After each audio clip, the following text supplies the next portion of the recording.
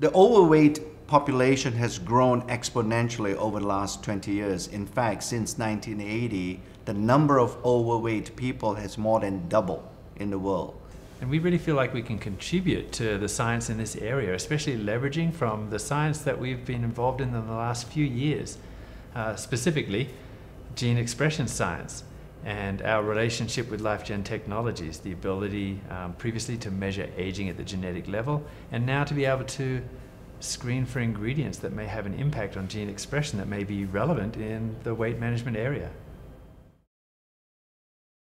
Well, there are so many different, what you might call traditional approaches to weight management. It's really hard to put your finger on any one in particular, but in general, it seems that perhaps they're not working. The evidence is that more and more people are gaining weight and having difficulty. So there are some important learnings there. And again, we've been in this nutrition industry for a couple of decades or more now, and we have gained a lot of experience.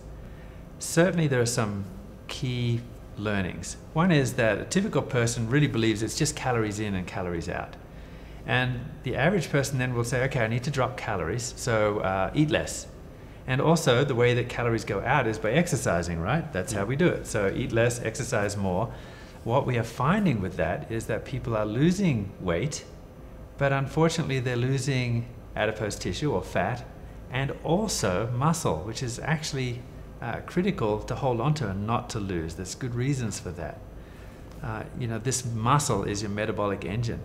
The energy that you expend when you are not exercising actually accounts for most of the energy that is expended. And it's logical when you think about it. Most people don't exercise 24 hours a day. So we need to pay attention to your metabolism while you're resting, and that means maintain lean muscle. The right approach will actually help you to maintain lean muscle mass. It's not just about calories in and calories out anymore. And that's correct, Mark, because I think the key thing to remember is that in a weight management program, it's not just about weighing yourself on a scale, because that doesn't tell you whether you are preserving at the minimum lean muscle. I believe that gene expression science is an important advance in our understanding of weight management. And particularly, there is a lot of new research findings associated with gene expression and how this phenomenon is impacting or affecting overweight people. As we all know, that with gene expression, the ultimate outcome of gene expression is the production of proteins, and these proteins play a very important role in how the body functions, in fact, how the body puts on weight, and how the body gathers and stores fat. And in fact, I think it's important for people to understand that our approach has always been to target the sources of any nutritional issues. And as we understand the genes, really that's going as far upstream as you can go to understand the sources of an issue. So certainly this is something that we can apply to weight management in a very fruitful way. What we have found, in fact, is that there are certain groups of genes which we have called youth gene clusters that when they express themselves, and that's in the wrong way, they have an influence or an effect on weight management. As you said, Joe, our approach is not just to look at one magic gene, but actually there are many genes that express themselves in the human body. So that's why you use the word clusters, of course. The three main groups that we've found are groups that are involved in metabolism overall, and in maintenance of lean muscle, and also in appetite control. So these are genes that are expressed differently, and also in different parts of the body, but they all have an impact on weight management. Yes, and in fact what that implies really that instead of using gene expression science to focus on just the fat tissue, we are also trying to see whether there are some things that we have to influence in the brain, for example, and also in the gastrointestinal tract. So if we can somehow influence all three aspects of these body tissues, we will have a much more profound impact on how we can control weight.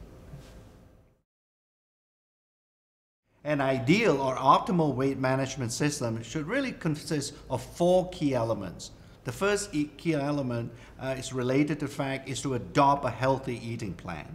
A second key element is to make sure that lean muscle is not lost during a weight management program.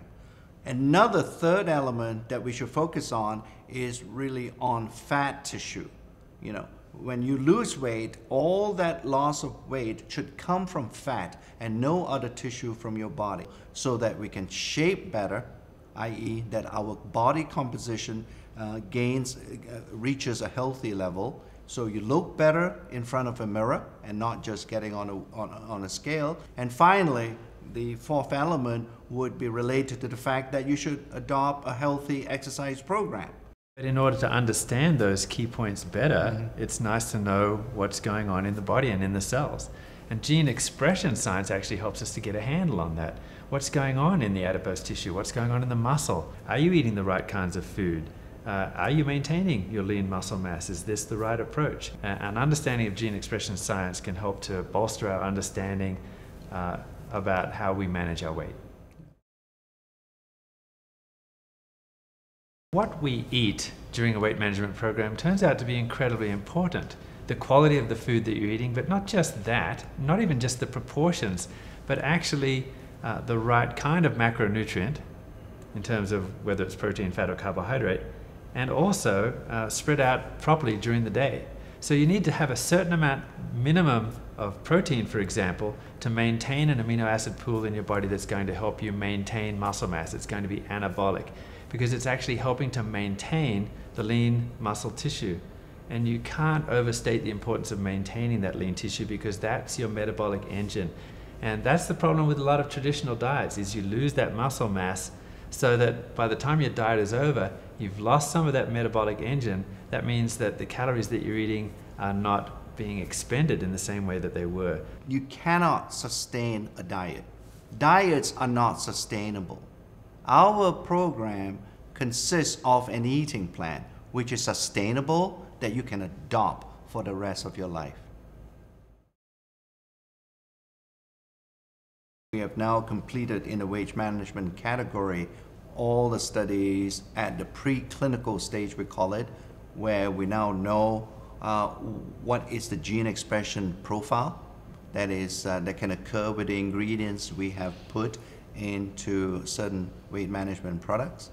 And we have now advanced to a stage where we are understanding how weight management happens in a clinical study. We've just completed fairly recently a study that had about 70 people in it, about 2/3 of those women, and we're able to present those data at a recent very large meeting of scientists called Experimental Biology in Boston this year, and that was interesting. Also, we have another study underway, a larger study in fact, with about 140 people at least in this study. So this will give us an understanding of how all of our homework has paid off.